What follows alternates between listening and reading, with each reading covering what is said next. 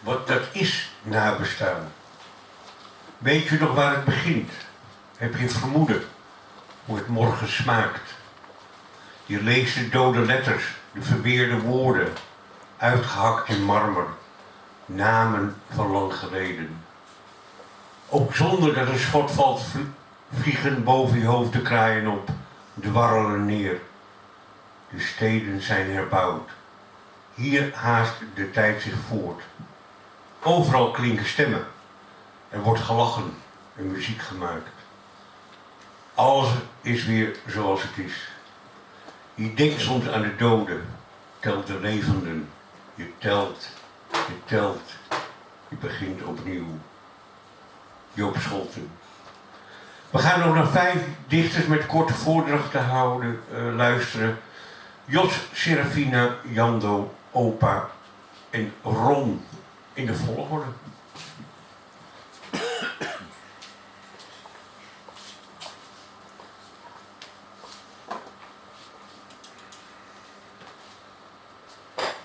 Ik wil hier graag herdenken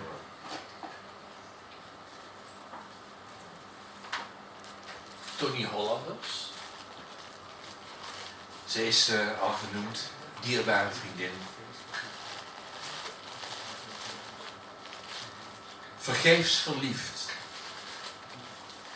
Ze hebben gewone namen, prettige mannenstemmen, onopvallend aardige koppen, onverwachte hobby's, als koken of gedichten schrijven, kijken met milde blikken door het leven verkregen, slaan een welkome arm om je heen wanneer troost nodig is. Om steeds weer vergeefs verliefd op te worden, want ze dragen veelal schone overhemden, liefdevol gestreken door een vrouw. Tony Hollanders.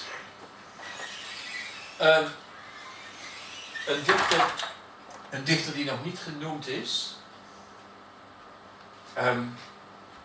Dat is Erik van Loo. Met de regels van het spel. Ik mocht zijn redacteur zijn. En die regels van het spel begint zo. De bundel begint zo. Voor de wind. Voor de wind.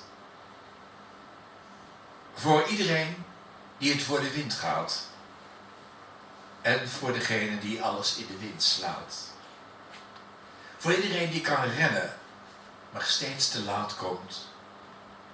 Voor degene die al jaren niet meer van zijn plaats komt. Voor iedereen die de dag en de nacht plukt. Voor degene waarvan het opstaan al mislukt. Voor iedereen voor wie de dagen te kort. En voor degene die in alles te kort. Voor iedereen die nog luisteren kan. Naar degene die alleen nog fluisteren kan. Voor degene die het weer wil proberen. Voor iedereen die het tij kan keren. Dit is voor iedereen die het voor de wind gaat. En voor degene die alles in de wind slaat.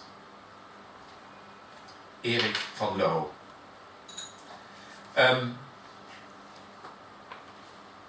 Even nadenken. Had ik nog iemand?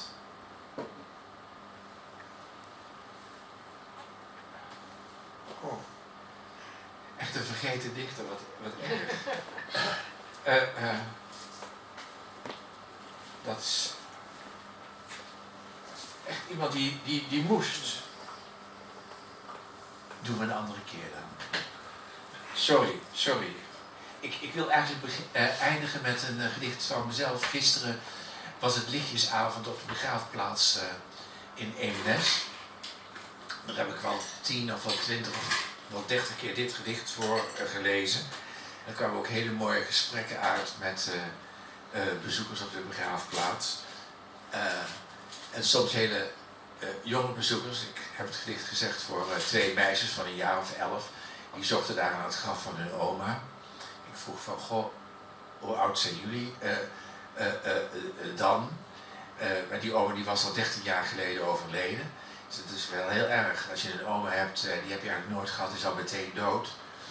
En die zei, ik heb een gedicht voor jullie, dat ga ik voorlezen. En dan moet je zeggen, op het eind, welk stukje jij het mooist vindt. In de aarde ligt mijn lief. Op de aarde loop ik zonder. Doden kennen geen verdriet. Daarom neurie ik dit lied. Over schaamte, over schuld, over leven dat toch mooi is. Al het gras kan niet verbloemen, vreugde die weer in me huist. In de aarde zwijgt mijn lief, op de aarde zing ik zonder. Ik vroeg toen aan die meisjes van, wat heb je onthouden? Of wat vind je een mooi stukje? En toen zei die ene, dat het leven toch mooi is. Ik zei, oh, dat kun je goed luisteren. En wat ben ik het daarmee eens. Dankjewel. En misschien even ongepast, dat ik even reclame maak, maar toch. Want ik heb hier 3 bundels bij me van Robin Veen. Deze bundel die is 2 weken geleden hier in Elders gepresenteerd.